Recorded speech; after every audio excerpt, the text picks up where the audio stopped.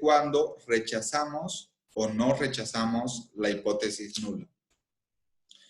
En tal sentido, la regla general es que vamos a rechazar la hipótesis nula cuando el estadístico T, también llamado T estimado o también llamado T calculado, sea mayor que el T crítico.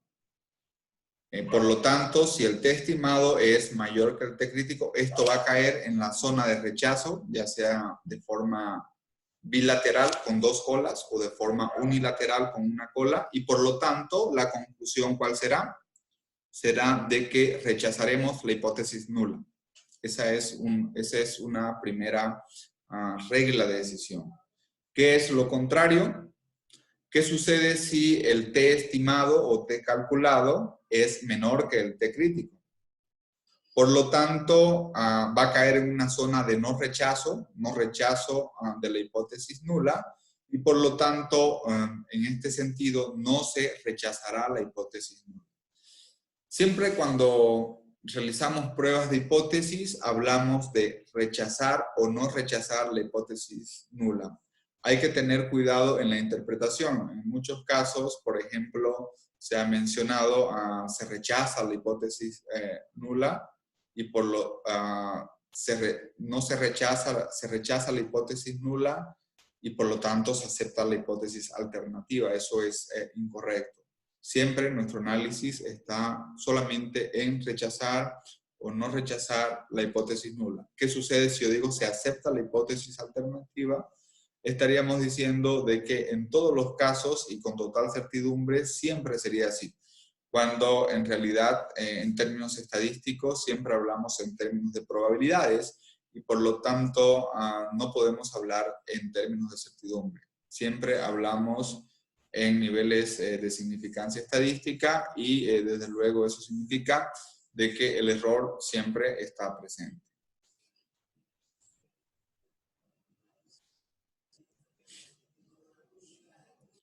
Una nota importante sobre la distribución T y sobre la distribución normal.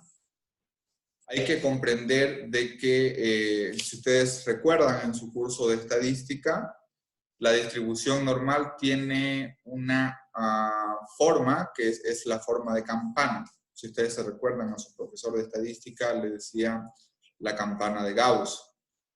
Nosotros podemos normalizar una variable cuando ésta tiene una media cero y una varianza unitaria. Eso es lo que se llama una variable normal. ¿Cómo podemos normalizar esa variable? Básicamente, eso se llama normalización de variables o estandarización de variables. Básicamente, lo que hacemos es a una variable en cuestión le restamos su valor promedio, y al valor promedio lo dividimos entre la desviación estándar. ¿Okay? Entonces, cuando calculamos una nueva variable, restándole su promedio y dividiéndolo entre su valor estándar, el valor promedio va a ser igual a 0 y la varianza va a ser unitaria.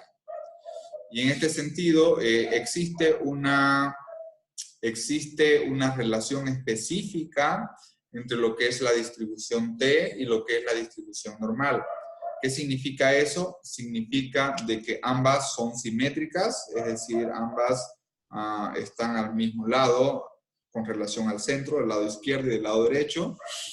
Y de igual forma, ambas están centradas sobre el valor de 0. ¿Cuál es la diferencia? La diferencia es que la distribución T tiene otro parámetro, que son los grados de libertad.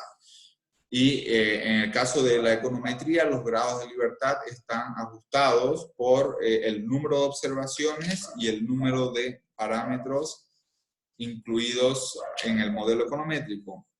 Si señalamos, por ejemplo, la forma de la distribución T, podríamos apreciar de que en realidad ambas tienen una forma de campana de Gauss, solamente de que la distribución normal tiende a ser mayor que la distribución T. Sin embargo, ambas son simétricas con relación al 50% de las observaciones, al medio, y por lo tanto como les había señalado, la distribución normal tiende a tener mayores valores que la distribución t, y están centradas en torno a 0. Si pudiéramos comparar lo que es una distribución t con una distribución normal, tendríamos que hacer una simulación o verificar de forma alternativa los valores ante distintos niveles de significancia estadística y según lo que obtendríamos en las tablas estadísticas. Vamos a comparar niveles de significancia estadística de lo que es una distribución normal con media cero y con varianza constante y una distribución t con grados de libertad. ¿Qué significa distribución con grados de libertad? T menos K. Número de datos menos los parámetros estimados en el modelo.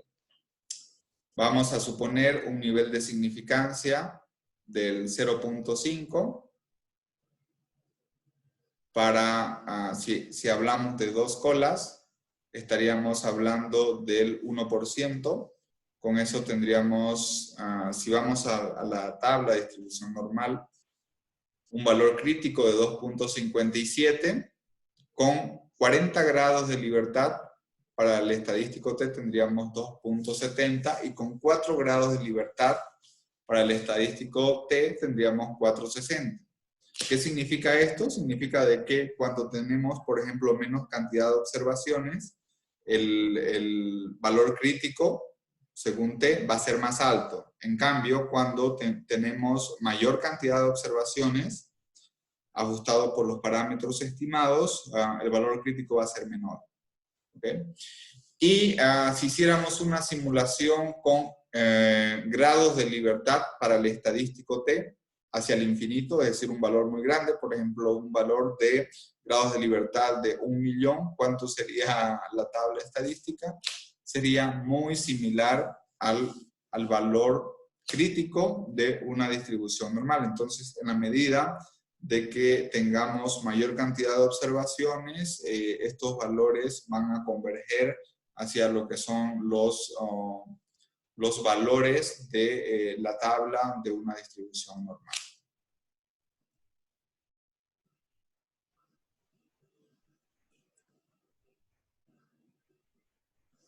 Otra forma de realizar pruebas de hipótesis es ya no solamente a través de niveles de significancia estadística. También podemos hacerlo a través de intervalos de confianza. ¿Y qué es lo que evaluamos en los intervalos de confianza? Hablamos la consistencia del signo, estimado, valga la redundancia, en un intervalo de confianza. Voy a poner un ejemplo. Supongamos de que estimamos un parámetro. Este parámetro es positivo, 0,93, y evalúo un intervalo de confianza, supongamos al 95% de confianza. ¿Cuándo voy a decir de que el parámetro estimado en realidad es positivo? Cuando en su rango inferior y en el rango superior mantiene la misma consistencia del signo. Y si sigue siendo positivo por el lado inferior y por el lado superior, por lo tanto voy a decir de que el efecto que tiene la variable x sobre la variable y en realidad es positiva, ¿no? En otras palabras, el efecto de x sobre y persiste de manera positiva, conteniendo el verdadero valor del parámetro estimado, que es desconocido, pero ya asumiendo un intervalo de confianza. En tal sentido, es de mencionar de que los intervalos de confianza exclusivamente se realizan para pruebas de hipótesis con 2 colas y por lo tanto es una forma alternativa para poder probar hipótesis si los efectos de x sobre y son positivos o son negativos o son iguales a 0.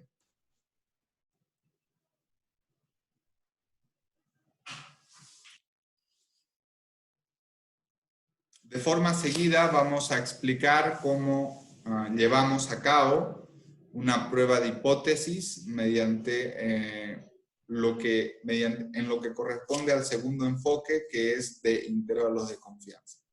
Lo primero que debemos hacer siempre, al igual que el nivel de significancia estadística, es estimar el modelo econométrico. ¿Qué significa estimar el modelo econométrico? Significa obtener los parámetros estimados, el parámetro coeficiente de intersección o intercepto, el parámetro pendiente o las pendientes, y obtener los errores estándar de los parámetros. Una vez que hemos obtenido los parámetros y sus errores estándar, elegimos un nivel de significancia estadística. El nivel estándar de significancia estadística, recuerden ustedes que es del 5%, lo cual es equivalente a un nivel de confianza del 95%. Y de forma seguida, el tercer paso que hacemos es obtener los valores críticos. ¿De dónde obtenemos estos valores críticos? Los obtenemos de la tabla T, ¿ok? Del estadístico T. Y estos valores críticos los obtenemos con grados de libertad T-K, donde T es el número de observaciones y K es el número de parámetros estimados en el modelo econométrico. ¿Cómo comparamos o cómo obtenemos un intervalo de confianza? El intervalo de confianza viene dado por un valor límite inferior y un valor límite superior. Por el lado del límite inferior al parámetro estimado, debo restarle lo que es el error estándar del parámetro multiplicado por el respectivo valor T crítico. Y en el otro caso, para el límite superior, el nivel de confianza superior, no debo restar, sino debo sumar. Por lo tanto, al parámetro estimado le voy a sumar el error estándar multiplicado por el valor T crítico. Y es de esta forma en la cual puedo obtener un intervalo de confianza para un parámetro o para cada uno de los parámetros que son estimados en el modelo. Y de esta forma puedo realizar la prueba de hipótesis. ¿Y en qué consiste la prueba de hipótesis? Consiste en evaluar si un parámetro pertenece dentro de un nivel de intervalo de confianza. Esto significa si guarda consistencia, si el efecto va a ser siempre positivo, si el efecto va a ser siempre negativo, o si tengo cambios de signo, por lo tanto llego a la conclusión de que no hay una consistencia en el efecto de positivo o negativo, y por lo tanto eso implicaría de que el efecto sea igual a 0.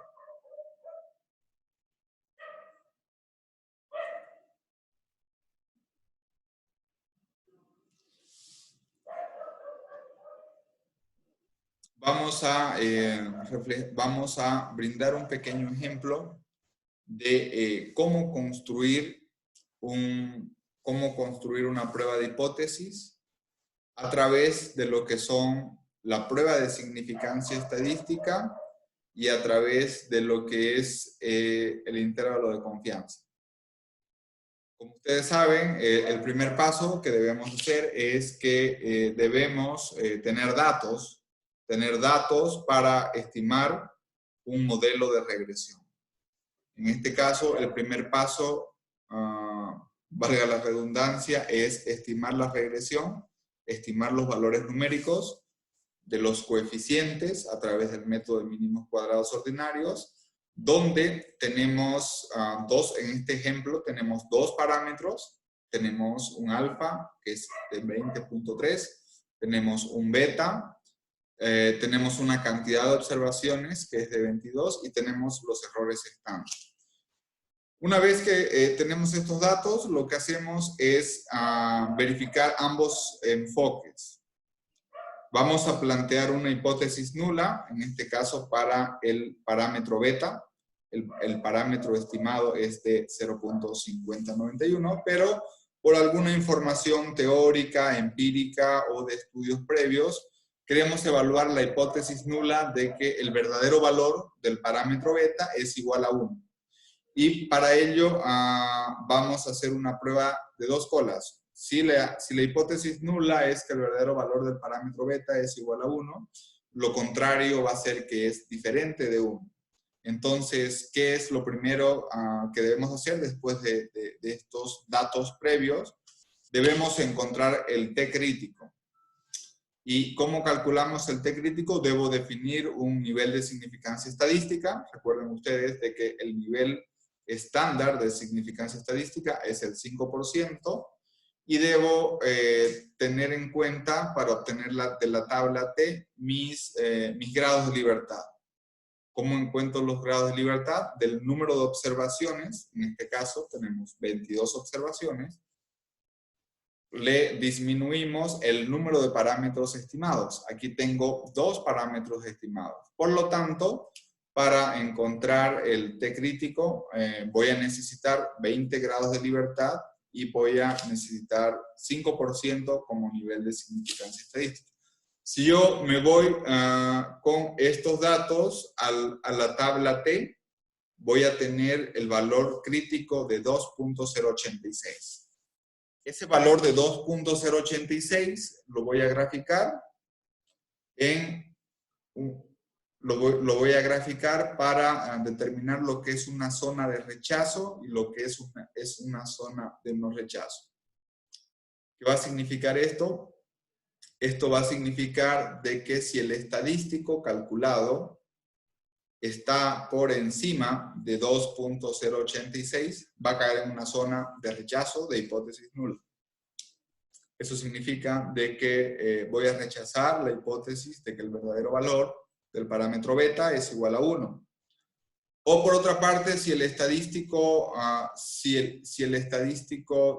también es mayor que en signo negativo de 2.086, también voy a rechazar la hipótesis nula. ¿Cuándo no voy a rechazar la hipótesis nula? No rechazaré la hipótesis nula cuando el estadístico calculado esté entre menos 2.086 y 2.086. Esto es lo que se conoce como la zona de no rechazo de la hipótesis nula. En tal sentido, para desarrollar la prueba de hipótesis, planteo la hipótesis nula de que el verdadero valor del parámetro beta es igual a 1, contrastado contra la hipótesis alternativa que el verdadero valor del parámetro beta es distinto de 1, lo opuesto. Esta es una prueba bilateral o una prueba de dos colas. ¿Cómo calculo el estadístico T? Básicamente, del parámetro estimado del modelo de regresión, debo restar el valor de la hipótesis nula, y eso lo voy a dividir entre el error estándar del parámetro estimado. Tanto el parámetro estimado como el error estándar lo obtengo del modelo de regresión. Y ese valor crítico, el estadístico T, lo voy a calcular con el estadístico crítico. Si en términos absolutos, el estadístico calculado o el estadístico T es mayor que el valor crítico en términos absolutos, es decir, independientemente si es positivo o negativo, por lo tanto, ahí voy a rechazar la hipótesis nula. Pero, ¿qué sucede si el estadístico calculado o estimado es menor que el valor crítico? Por lo tanto, no voy a rechazar la hipótesis nula, y eso significa de que no caerá en una zona de rechazo. Esto es bajo un enfoque, que es el enfoque de prueba de significancia estadística. Puedo plantear la misma hipótesis nula bajo el enfoque de intervalo de confianza, sumando y restando el error estándar por el determinado valor crítico. ¿Y qué es lo que evalúo? Evalúo la consistencia del signo. En este caso, en el límite inferior, obtengo de que el límite, el valor al 95% de confianza en el límite inferior es negativo, y al 95% de confianza en el límite superior es positivo, negativo y positivo. No existe, esto significa de que no existe una consistencia en el signo del parámetro, y me va a llevar también a la misma conclusión que mediante el enfoque de significancia estadística. Por lo tanto, al no existir una consistencia en el signo del parámetro, no se rechaza la hipótesis nula, y por lo tanto, estos serían los dos enfoques con el cual podemos realizar pruebas de hipótesis bilaterales, o también llamada prueba de hipótesis dos colas. Ahora, no necesariamente puedo probar de que el valor sea igual a 1, puedo probar de que sea igual a 0, de que la hipótesis nula, el verdadero valor del parámetro beta, sea igual a 0, sea igual a 2, o sea igual a cualquier número. Puedo realizar también estas respectivas pruebas de hipótesis.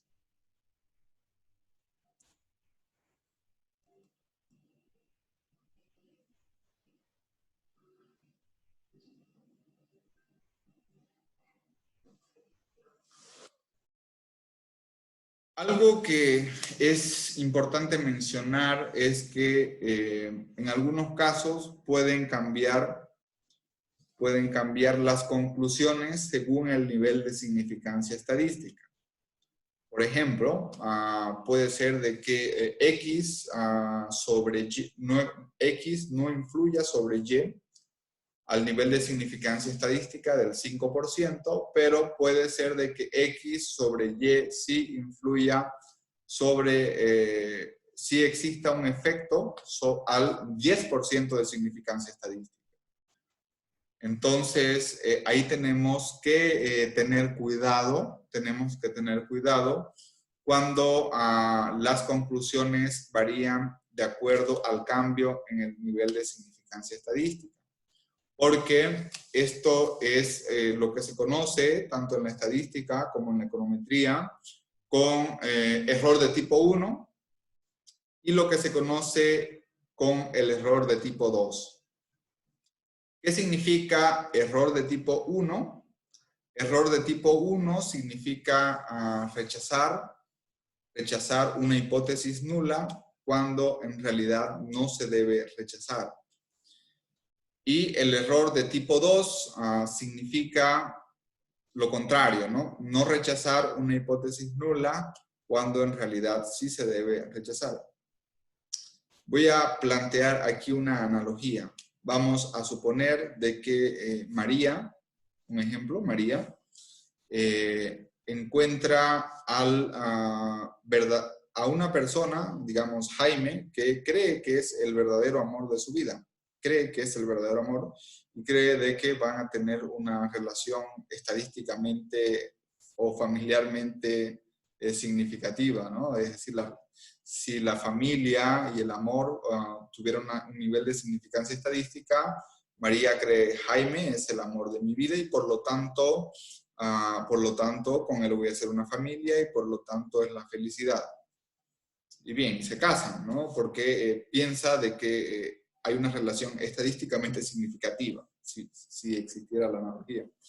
Pero descubre que con el tiempo no es así, Jaime no es como ella pensaba que era, y en realidad pues es mujeriego, es una mala persona, y por lo tanto se divorcian. Entonces María cometió un error de tipo 1. ¿Qué significa un error de tipo 1? Pensó de que iba a tener una relación estadísticamente significativa, cuando en realidad era una relación igual a 0. ¿Okay? Entonces, ella cometió un error de tipo 1. Y luego María, vamos a decir así, conoce a otras personas, ¿no? Conoce a otros muchachos.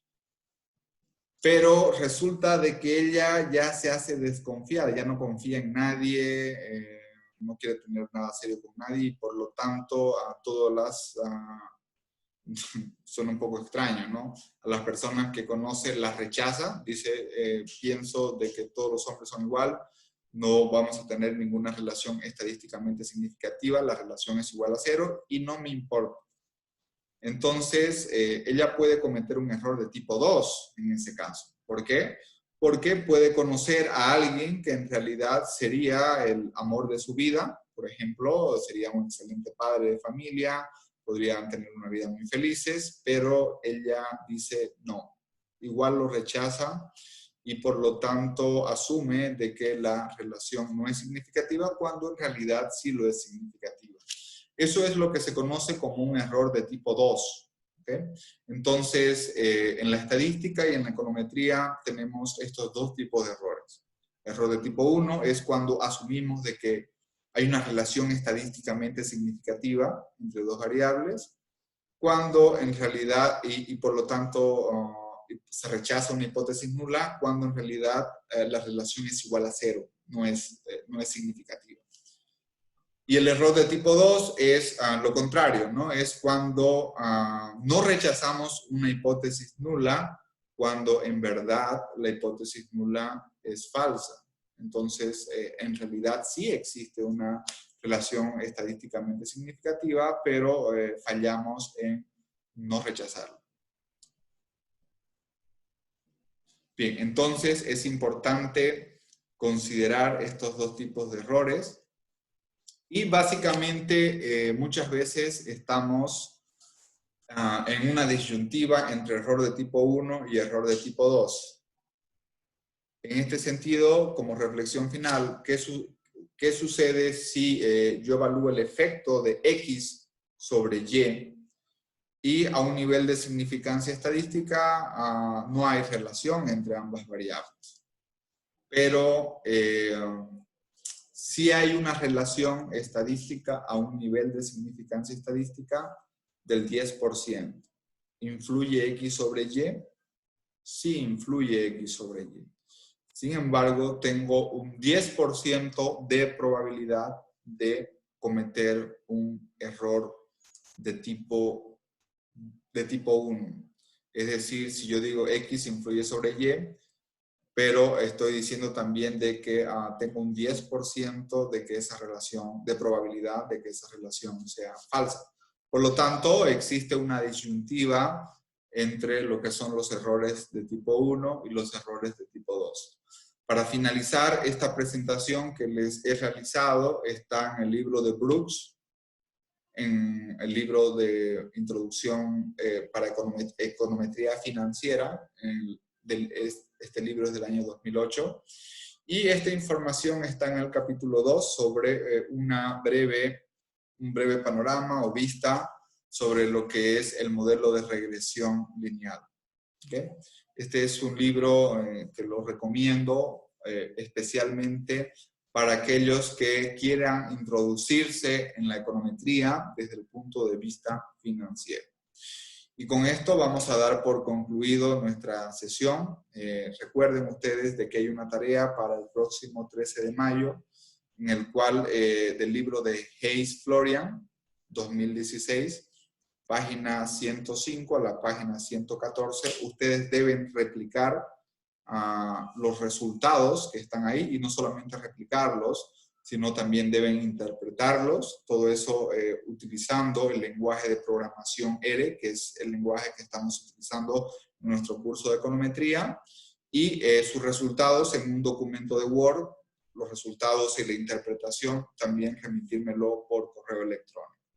Perfecto, entonces con esto vamos a dar por concluida nuestra clase del día de hoy. Esta sesión ha sido transmitida y en agradecimiento también al director de carrera, Rudy Sanguino, por habernos permitido canalizarla a través de Facebook Live de la carrera de Ingeniería Financiera. Muchísimas gracias y nos vemos la próxima sesión por esta misma hora y por este mismo canal. Muchas gracias y que tengan buenas noches.